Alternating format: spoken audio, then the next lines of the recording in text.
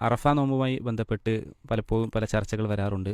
അവർ അറഫയിൽ നിൽക്കുന്ന സമയത്താണോ നോമ്പ് നോൽക്കേണ്ടത്, നമ്മുടെ നാട്ടിൽ ദുൽഹിജ 9 ആ ദിവസമാണോ നോൽക്കേണ്ടത് എന്ന ചർച്ച വരാറുണ്ട്. എന്താണ് ഇതിൽ പ്രമാണം?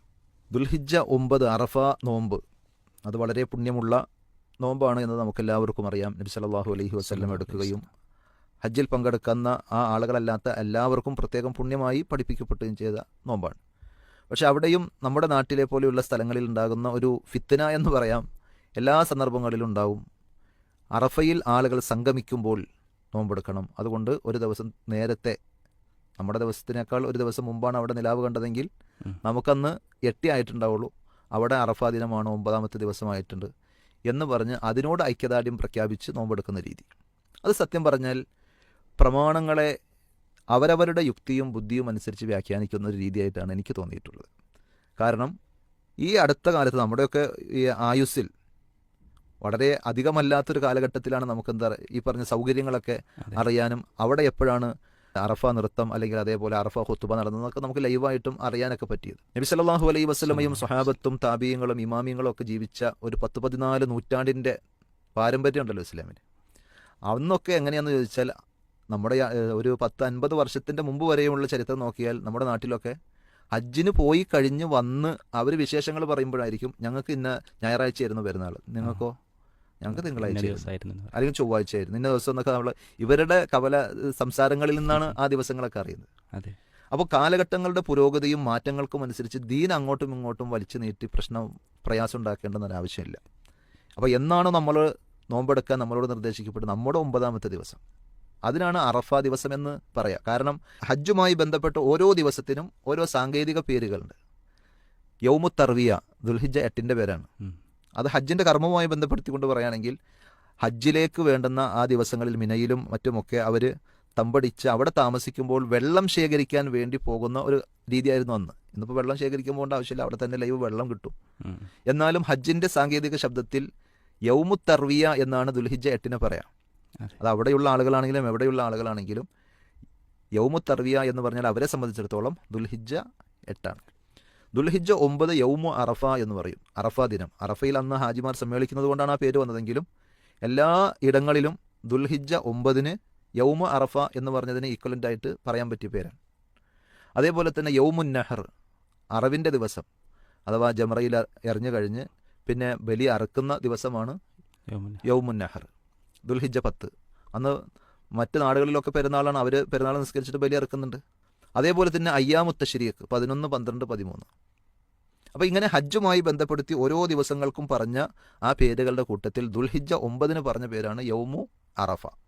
സ്വാഭാവികമായും ഹജ്ജിൽ പങ്കെടുത്ത ആളുകൾ നിൽക്കുന്ന ദിവസം എന്നതിൻ്റെ അർത്ഥത്തിലാണ് യൗമു അറഫ എന്ന് ദുൽഹിജ്ജ 9 പറഞ്ഞത്. പക്ഷേ നമ്മൾ ഹജ്ജിന് പോയിട്ടില്ല, നമ്മൾ നാട്ടിലാണ്.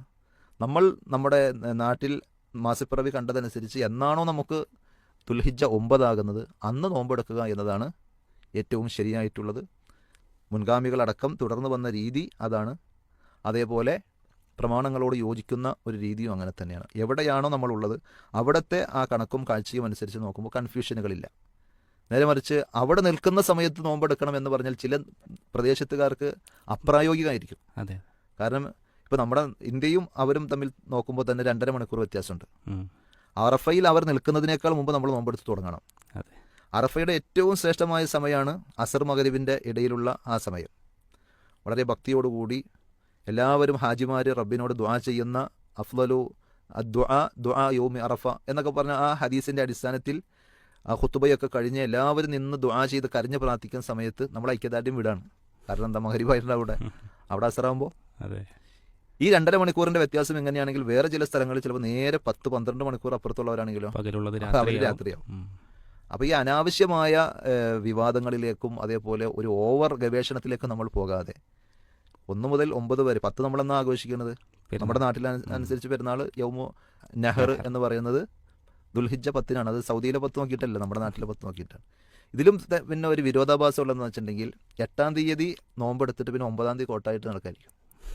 അന്നൊന്നുമില്ല അവർക്ക്, കാരണം പിറ്റേ ദിവസം പെരുന്നാൾ ആക്കണ്ടേ. അങ്ങനെയാണെങ്കിൽ അറഫ നോമ്പെടുത്തതിന് ശേഷം പിറ്റേ ദിവസം പെരുന്നാൾ ആഘോഷിക്കാതെ അതിൻ്റെ ഇടയിൽ ഒരു ഗ്യാപ്പ് ഇട്ടുകൊണ്ടുള്ളൊരു രീതി നബി സല്ലല്ലാഹു അലൈഹി വസല്ലമയുടെ അധ്യാപനത്തിലോ സഹാബത്തിൻ്റെ രീതിയിലോ കാണുന്നുണ്ടോ? അതില്ല. അപ്പോൾ ഇങ്ങനത്തെ കുറേ നൂലാമാലകളും വസ്വാസുകളും ഫിത്തനകളും ഒക്കെ ഒഴിവാക്കാനും നല്ലത് എന്താണ്, നമ്മുടെ നാട്ടിൽ എന്നാണോ നിലാവ് കണ്ടത് അതനുസരിച്ച് 9ാമത്തെ ദിവസം യൗമു അറഫ ദിവസത്തിൻ്റെ നോമ്പ് നമ്മൾ എടുക്കുക. അതല്ലാതെ അറഫയിൽ എന്നാണോ അവർ നിൽക്കുന്നത് ആ സമയം നോക്കി നോമ്പെടുക്കാൻ നമ്മളോട് പറഞ്ഞിട്ടില്ല. യൗമു അറഫ എന്ന പ്രയോഗമാണ് നമുക്ക് കൺഫ്യൂഷൻ ഉണ്ടാക്കുന്നതെങ്കിൽ അതിൻ്റെ വിശദീകരണമാണ് നേരത്തെ നമ്മൾ പറഞ്ഞത്. ഹജ്ജുമായി ബന്ധപ്പെട്ട ഓരോ ദിവസത്തിനും ഓരോ കർമ്മങ്ങളുമായി ബന്ധപ്പെടുത്തി പ്രത്യേക പേര് നൽകിയിട്ടുണ്ട്. ആ അർത്ഥത്തിലാണ് 9ാമത്തെ ദിവസത്തിന് യൗമു അറഫ എന്ന് പറഞ്ഞത്. ഒന്നുകൂടി പറഞ്ഞാൽ, ഇനി ഒരു വർഷം ഹജ്ജ് നടന്നില്ല എന്ന് എടുക്കാം.